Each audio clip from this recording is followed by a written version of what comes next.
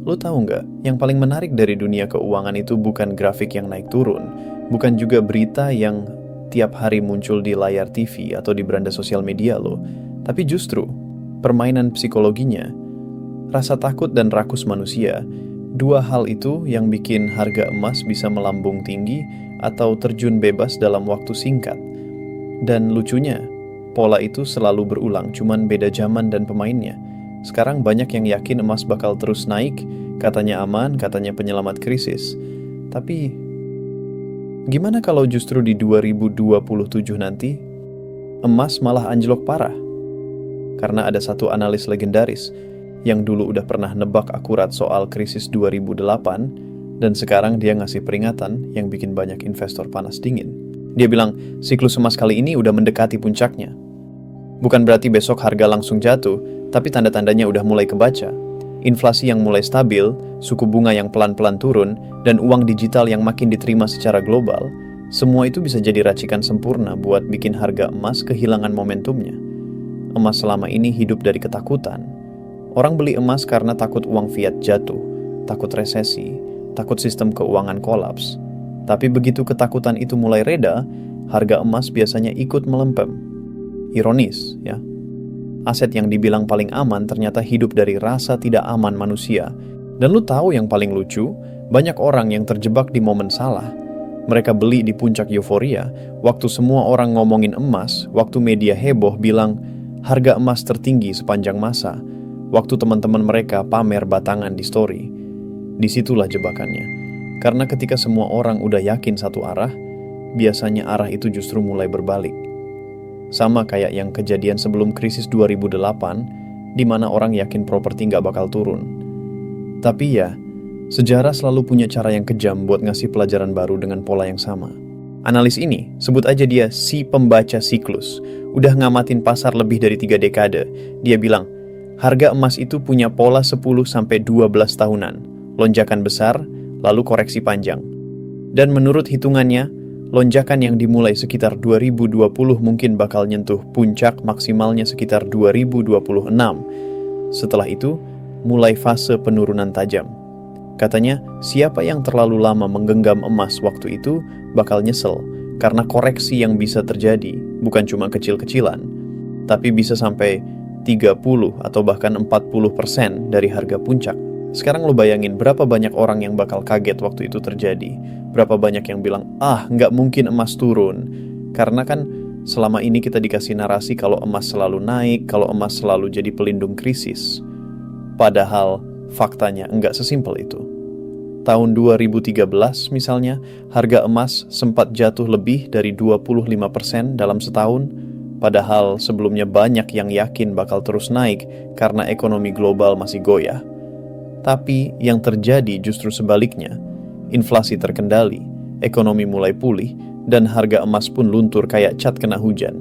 Dan lucunya, waktu itu banyak orang nggak sadar kalau mereka lagi hidup di masa puncak, sama kayak sekarang.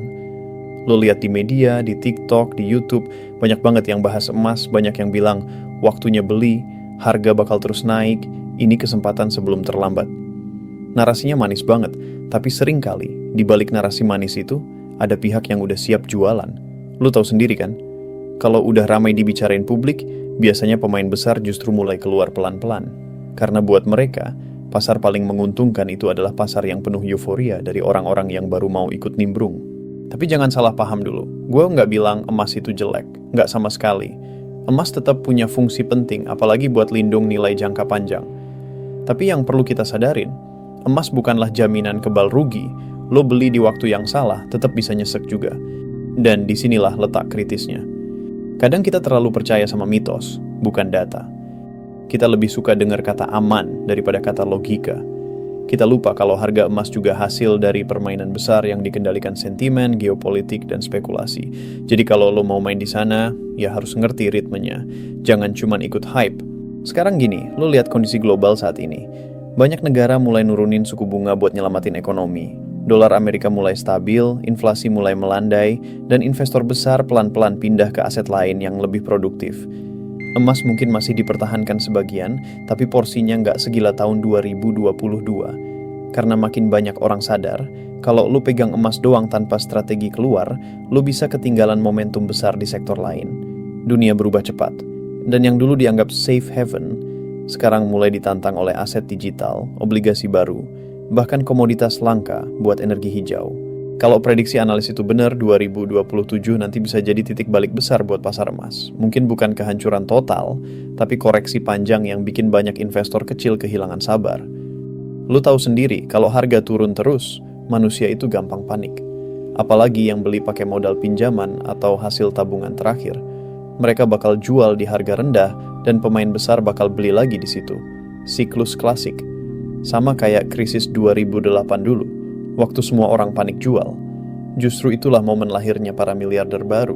Dan yang menarik, analis ini nggak sekadar ngomong soal grafik. Dia ngomong soal perilaku manusia.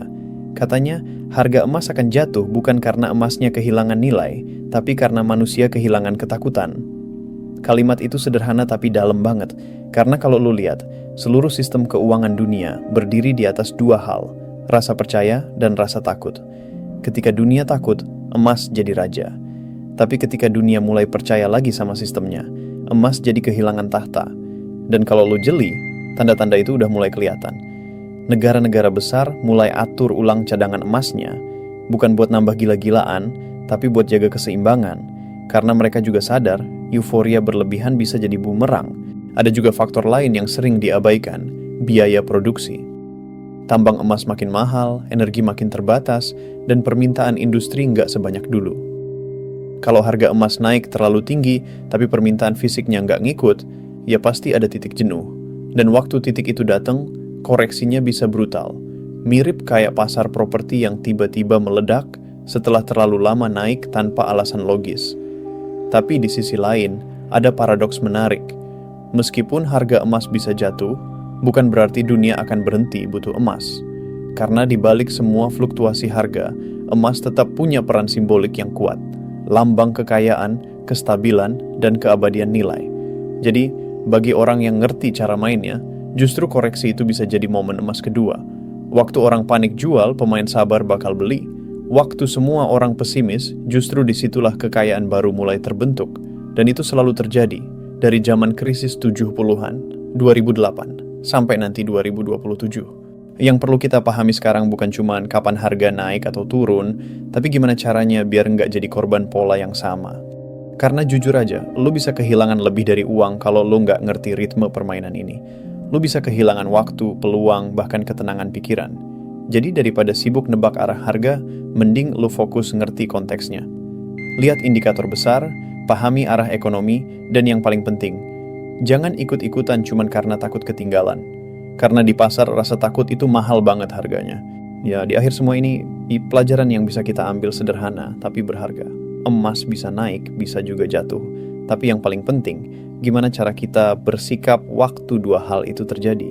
Karena yang bikin orang sukses di dunia investasi bukan keberuntungan nebak arah, tapi kemampuan bertahan, berpikir panjang, dan gak gampang kebawa arus. Dunia keuangan itu kayak ombak laut. Kalau lo gak bisa baca arus, lo bakal kebawa jauh tanpa sadar. Tapi kalau lo bisa ngendalikan papan lo dengan tenang, setiap ombak sekacau apapun justru bisa jadi tenaga buat maju. Kalau nanti 2027 beneran jadi tahun koreksi besar buat emas, jangan panik. Jadikan itu pengingat kalau nggak ada aset yang sakral, nggak ada pasar yang kebal. Semua punya masa naik dan masa turun. Yang bisa lo kontrol cuma satu, cara lo bereaksi. Tetap tenang, tetap rasional, dan selalu berpikir beberapa langkah ke depan. Karena dalam permainan besar ini, yang paling cepat bukan yang menang, tapi yang paling sabar yang akhirnya sampai di garis akhir. Kalau lo suka cara pandang kayak gini, yang nggak cuma bahas angka, tapi juga ngebahas logika di baliknya, jangan lupa buat like, share, dan subscribe. Biar makin banyak orang yang belajar melihat dunia keuangan bukan dari hype, tapi dari sudut pandang yang lebih sadar, lebih kritis, dan lebih manusiawi.